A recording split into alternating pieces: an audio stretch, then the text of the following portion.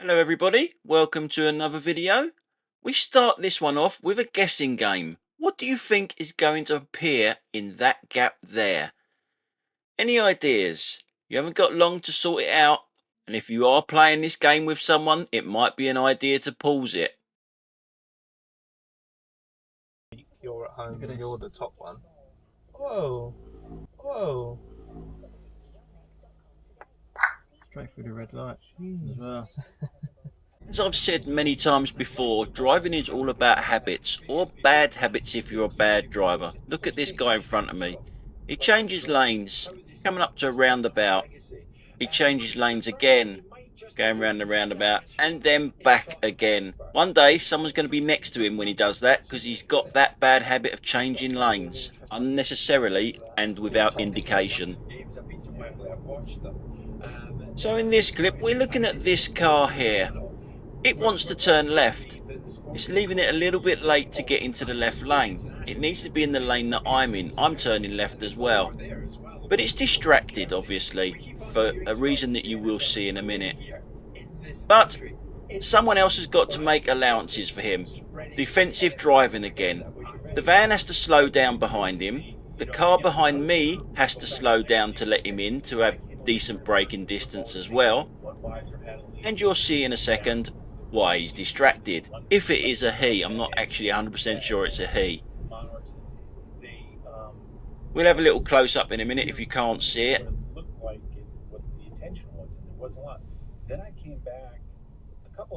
But yes, the good old mobile phone strikes again.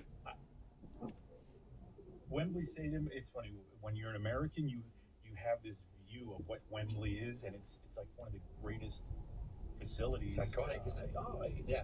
Couldn't wait to get there, and it was unbelievable. It was 2014, I was with the Atlanta Falcons. Now in this clip, we're coming up to some parked cars parked on the right hand side. So I have priority through the gap. Not yet, I don't. These guys are there first. After this little car here, I have priority. You should be waiting for me. No, no, no. Numpty. Numpty, numpty, numpty. Another big numpty.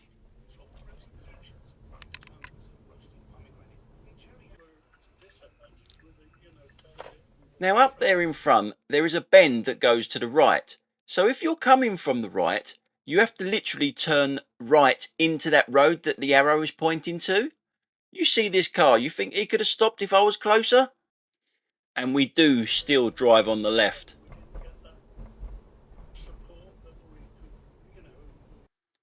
Now just say I was up near that tree when he come down that road there. Do you think he could have stopped? No chance. Absolutely no chance.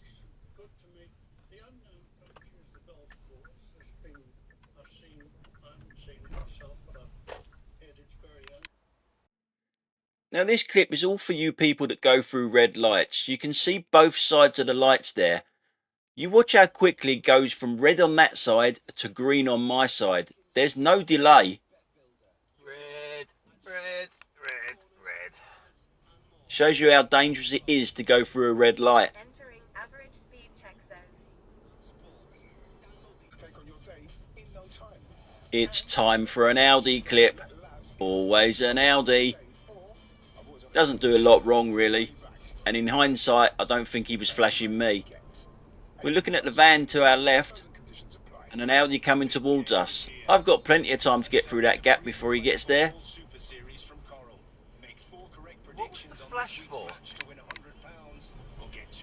And if we watch it from behind, there was still plenty of room for him to get through the gap anyway. But then if you can't drive, flash people! What was the flash for?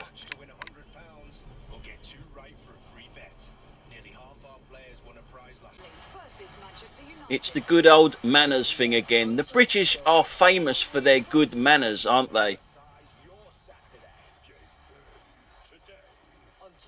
You're welcome, mate. Can these people just not acknowledge you like that?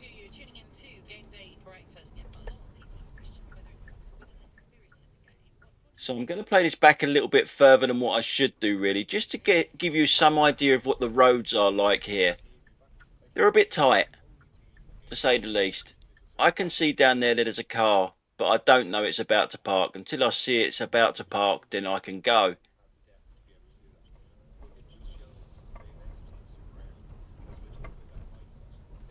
And hopefully nothing's coming the other way, which is not, until I get to the bend, where this idiot is already starting to turn.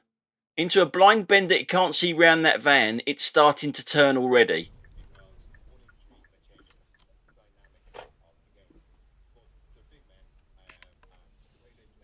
Why? Why do these people do that? And if we watch it from behind, you'll see the view he had when he started to turn. Look at the mess that he's made trying to get round there. And that's the view he had when he's about to turn there. He can't see nothing. What a prat. Now I'm going to do the same on this road coming up, just to show you how tight the road is and how bad some people just don't know how to do gaps. They drive too fast into them and their car's too big for them. So we're turning left into this road, and as you can see, it's again quite a tight road, parking on both sides, but with some gaps. So I'm waiting at this first gap for everyone to get through. So now it's my turn. But the van ain't going to wait for me, so I have to slow up a little bit so he can get into that gap where the crab is. Yeah, but you never thought you'd hear me say that. But the car I've got the real problem is the one behind the van. He can't drive a big car because he's forced his way through there. Instead of waiting and letting me get into that gap, he's just carried on going straight, fast as well. That gap there, where the pumpkin is not big enough for me to get into. We are coming up to Halloween, so that's why the pumpkin's in there. I don't know about the crab. But we are really close to actually hitting mirrors here for no reason other than the fact that he can't drive a big car. And you must have seen it. He had personalised number plates on a Ford, on a basic Ford. Oh my God, what is wrong with people? So as we've come to the rear camera now, you'll see the cars go past, and then you'll see the gap that this idiot leaves me in a minute. As I'm leaving gaps for these people to get through, and then I have to do the same for the van. Then you see this idiot. And as you can see, that gap here, it just ain't very big at all, and it doesn't need to be that small if the geezer with personalised number plates could drive. You know what I say, if you can't drive a big car, don't fucking buy one.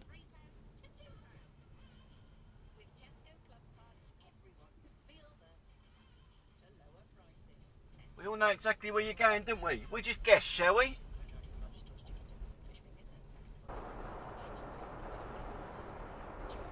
So we're on the good old M25, just about to come up to the M23 turnoff. Now it's been on the channel loads of times. People are brain dead when it comes to this junction for some reason. There's a slip road. I'm on the slip road. Now my slip road can take me to Croydon area or central London way, and it can also go down towards Brighton. Now as you can see from the rear camera, we've got an undertaker. The lorry's out there because it doesn't want to go on the M23, but it still gets an undertaker. Someone undertakes on the slip road. Well done. But we're looking at the car now that's just pulling into lane 1, because he also is a bit of an idiot, because he is heading in the direction of Brighton, which means he can stay in that lane that he's in, because there is another slip road coming off of the lane that he's in that goes towards the Brighton.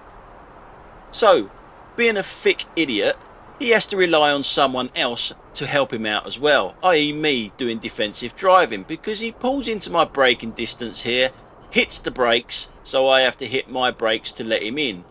Now the thick idiot is behind the van that he didn't have to be behind, because if you look over to the right hand side, you'll see another slip road starting, so he could have been overtaking that van.